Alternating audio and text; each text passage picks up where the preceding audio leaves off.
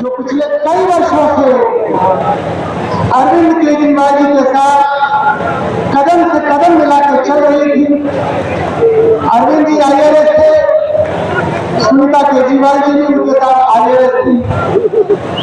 सुनीता जी ने अपनी IAS की नौकरी रखी और केजरीवाल जी ने त्याग पत्र देके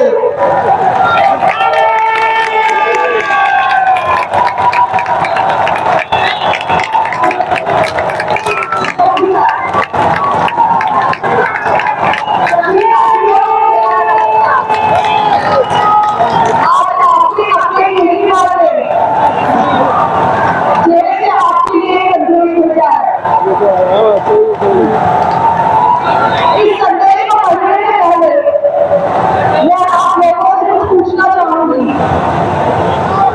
हमारे प्रधानमंत्री मोदी जी ने मेरे पति को जेल में डाल दिया। क्या प्रधानमंत्री जी ने सही किया? क्या आप सब मानते हैं कि केजरीवाल जी एक सच्चे देशभक्त और ईमानदार इंसान है? क्या आप मानते हैं कि केजरीवाल जी एक सच्चे देशभक्त और ईमानदार इंसान है? ये बीजेपी वाले ये कह रहे हैं कि केजरीवाल जी जेल में है, तुम्हें इस्तीफा देना चाहिए। क्या केजरीवाल जी को इस्तीफा देना चाहिए? क्या उन्हें इस्तीफा देना चाहिए? केजरीवाल जी को उन्होंने गिरफ्तार कर लिया। आपकी केजरीवाल श्रेय ये ज्यादा दिन तक उनको देखने नहीं आ पाएंगे। करोड़ों लोगों को केजरीवाल इस बहादुरी और साहस से वो देश के लिए लड़ रहे हैं। कभी कई बार मुझे लगता है कि आजादी की लड़ाई है वो एक फ्रीडम फाइटर जो देश के लिए लड़ते लड़ते शहीद हो गए। इस लड़ाई में केजरीवाल जी ने शायद भारत माँ के संघर्ष के लिए किया है। अब मैं आप केजरीवाल जी का संदेश प्रकट सुनाऊंगी। मेरे सारे भारतवासियों, जेल से आप सब अपने बेटे अपने भाई का प्रणाम स्वीकार कीजिए। मैं आपसे वोट नहीं मांगा। आने वाले चुनाव में मैं आपसे किसी को हराने या दिलाने की बात नहीं कर रहा। आज देश के 140 करोड़ लोगों एक बड़ा भारत निर्माण करते हैं।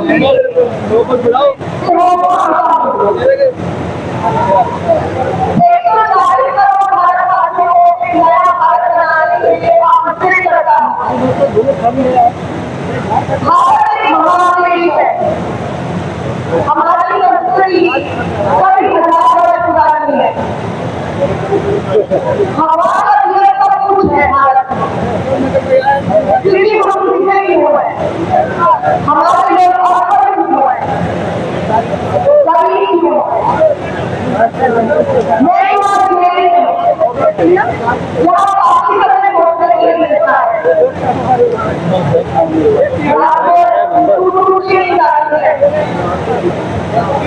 भारत माँ के लिए सोचता हूँ। भारत माँ बहुत एक छोटी सी बात आपके सामने रखना चाहती हूँ।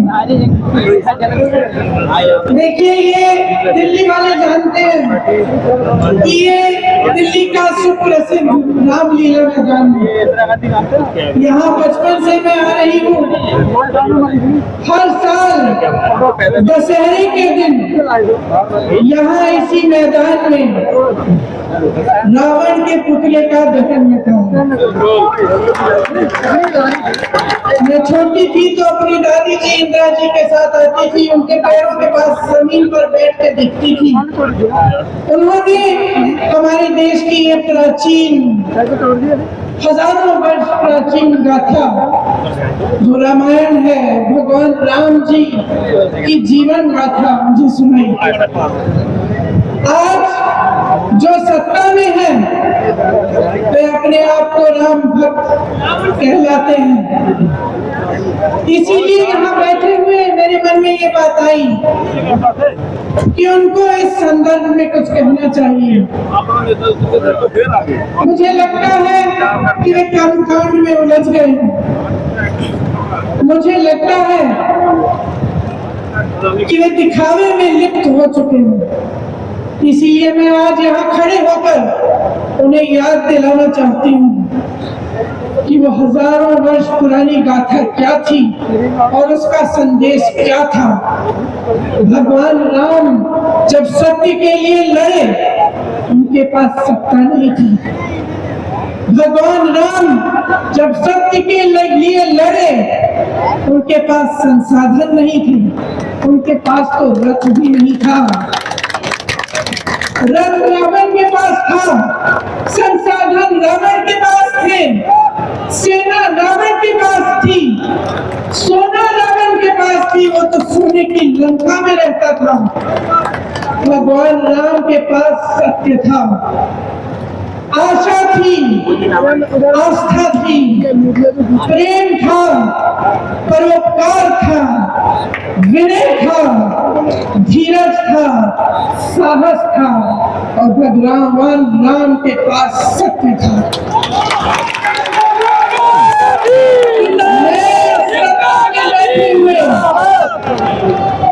सरकार के जितने भी सदस्य हैं, अपने प्रधानमंत्री को याद दिलाना चाहते जीवन राम भगवान के जीवन गाथा का क्या संदेश था। सत्ता सदैव नहीं रहती, सदैव नहीं रहती सत्ता। सत्ता आती है, जाती है, अहंकार चूर चूर होता है एक दिन। भगवान राम का, उनके जीवन का। और आज यहाँ रामलीला मैदान पर खड़े हुए इंडिया पर गठबंधन की 5 मांगों को पढ़ने से पहले मुझे उचित लगा कि मैं ये संदेश एक बार फिर दोहराऊं। इंडिया की मांगे भारत के चुनाव आयोग लोकसभा चुनाव में समान अवसर सुनिश्चित करना चाहिए। दूसरी मांग, चुनाव आयोग को चुनाव में हेराफेरी करने के उद्देश्य से विपक्षी राजनीतिक दलों के खिलाफ इनकम टैक्स, ईडी और सीबीआई द्वारा की जाने वाली बलपूर्वक कार्रवाई को रोकना चाहिए। तीसरी मांग, श्री हेमंत सोरेन एवं श्री अरविंद केजरीवाल जी की तत्काल रिहाई की जाए। चौथी मांग, चुनाव के दौरान विपक्ष के राजनीतिक दलों का आर्थिक रूप से गला घोटने की जबरन कार्रवाई तुरंत बंद होनी चाहिए। पांचवी मांग, चुनावी बॉन्ड का उपयोग करके बीजेपी द्वारा बदले की भावना, जबरन वसूली और धन शोधन के आरोपों की जांच के लिए सुप्रीम कोर्ट की निगरानी में एक एसआईटी गठित हो जानी चाहिए। बीजेपी शासन द्वारा पैदा की गई अलोकतांत्रिक बाधाओं के बावजूद इंडिया गठबंधन लड़ने, जीतने और हमारे लोकतंत्र को बचाने के लिए दृढ़ और आश्वस्त है। जुड़ेगा भारत, जीतेगा इंडिया।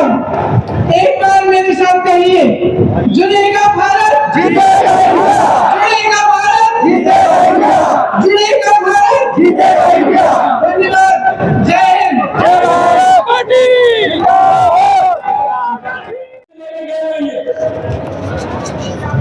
ये सीए लेके आए, मैं पार्लियामेंट में था, मैं एमपी था। मैंने कहा जी मुझे बोलने का मौका दीजिए, कहते नहीं दी। मैंने कहा जी 30 सेकंड, कहते नहीं। मैंने कहा 30 सेकंड, कहते 30 सेकंड में क्या बोलोगे? नहीं, मैंने कहा 20 सेकंड, कहते 20। मैंने कहा हाँ। स्पीकर साहब कहने लगे आपका समय शुरू होता है।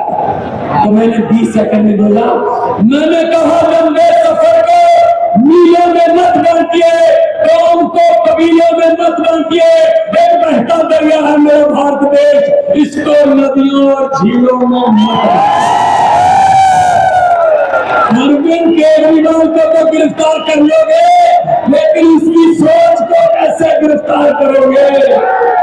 जो लाखों अरविंद केजरीवाल देश में पैदा हो चुके हैं, उनको किस जेल में कैद करोगे? अरविंद केजरीवाल एक व्यक्ति नहीं है, अरविंद केजरीवाल एक सोच का नाम है। इंडिया का जो इकट्ठे, सब इकट्ठे, आज सभी के मेरे ख्याल में कईयों का तो कैमरे भी कांपने लगे होंगे। ये चाहते ही हम इकट्ठे रहते, कभी ये इधर से कभी इधर से कोई बात। लेकिन मैं ये कहना चाहता हूँ सबको कि हम इकट्ठे हो गए और इन भ्रष्टाचारियों को कह दो, भगवंत मान ने बोला था, इन भ्रष्टाचारियों को कह दो कि जितने मर्जी इकट्ठे कर लो पैसे, हीरे, मोती, मगर ख्याल इतना रहे कफन पे जेल नहीं होती। ये पैसा साफ हो जाएगा। लूट लो देश को, कितना लूट लो, गरीबों की बददुआएं ना लो, गरीबों की बददुआएं ना लो। हर बात पे झूठ चल रहा है, हर बात पे जुमला चल रहा है, झूठ पे झूठ, जुमले पे जुमला। अभी जुमले बनाने वाली फैक्ट्रियां चल रही हैं, अभी आने वाले दिनों में आपके पास नए नए जुमले आएंगे, यकीन मत करना। मैंने तो पार्लियामेंट में बोल दिया था, मैंने कहा जी 15 लाख की रकम लिखता हूं तो कलम रुक जाती है, 15 लाख की रकम लिखता हूं तो कलम रुक जाती है।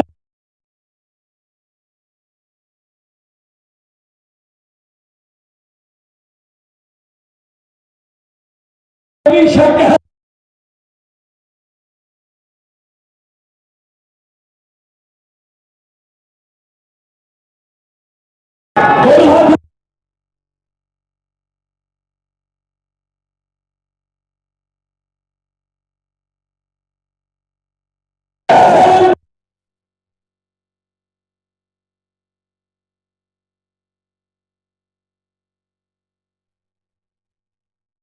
यहाँ पर बुलाई है और इसके लिए मैं हमारे सभी साथियों का धन्यवाद करता हूँ। और खासकर ये जो मीटिंग है, इसका एक ही उद्देश्य है कि विपक्ष इकट्ठा होना चाहिए। इसीलिए इस सभा में उपस्थित हमारे नेता श्रीमती सोनिया गांधी जी, श्री राहुल गांधी जी, शरद पवार जी, भगवंत मान जी, चंपे सोरेन जी, अखिलेश यादव जी, तेजस्वी यादव जी, सीताराम येचुरी जी, फारूक अब्दुल्ला जी, डॉक्टर राजा जी, दीपंकर भट्टाचार्य जी, महबूबा मुफ्ती जी, डेरिक ओबराय जी, कल्पना सुरेन जी, तिरुचि शिवाजी, सुनीता केजरीवाल जी, देवराज जी, तिरुतोल जी और अनिल कुमार जी। कितने पार्टी के नेतागण इस मंच पे बैठे हैं और ये किस लिए बैठे हैं? कि इस देश को बचाने के लिए, इस देश में एकता रखने के लिए, इस देश के डेमोक्रेसी को बचाने के लिए और इस देश के संविधान को बचाने के लिए ये लोग सारे इकट्ठे होते हैं। मोदी तो डेमोक्रेसी नहीं चाहते, वो हमेशा तानाशाही की विचारधारा वाले हैं। मुझे परसों वो मिले थे, कल मिले थे राष्ट्रपति भवन पे। वहां पर शाह थे, नड्डा थे और मोदी जी भी थे और दूसरे नेता लोग भी थे। मुझे नड्डा जी ने पूछा कि आप क्या चुनाव प्रचार कब से हो रहा है और आपका लिस्ट कब फाइनल हो रहा है, तो मैंने यही कहा हमारा लिस्ट तो फाइनल हो रहा है, लेकिन हम जो चुनाव करना चाहते हैं वो निष्पक्ष चुनाव नहीं हो रहा। और मेरे खाते में, मेरे पार्टी के खाते में जो पैसे थे वो पहले ही चोरी हो गए। और खास करके मुझ पे जो पेनल्टी लगाई है वो 3,567 करोड़ का, 3,567 करोड़ की पेनल्टी मुझ पे लगाई है। 14 लाख का हिसाब हमने नहीं दिया, इसीलिए उन्होंने 135 करोड़ का जुर्म लगाया। ऐसा इंटरेस्ट पे इंटरेस्ट, इंटरेस्ट पे इंटरेस्ट करके आज 3,667 रुपए कर दिया, ताकि जैसा राहुल जी ने कहा हम प्रचार न कर सके, कहीं भी जा नहीं सके, कहीं जाना नहीं, किसी को मिलना नहीं, हमारे कार्यकर्ताओं को कोने कोने में भेजना नहीं। ये तरीका मोदी जी ने अपनाया।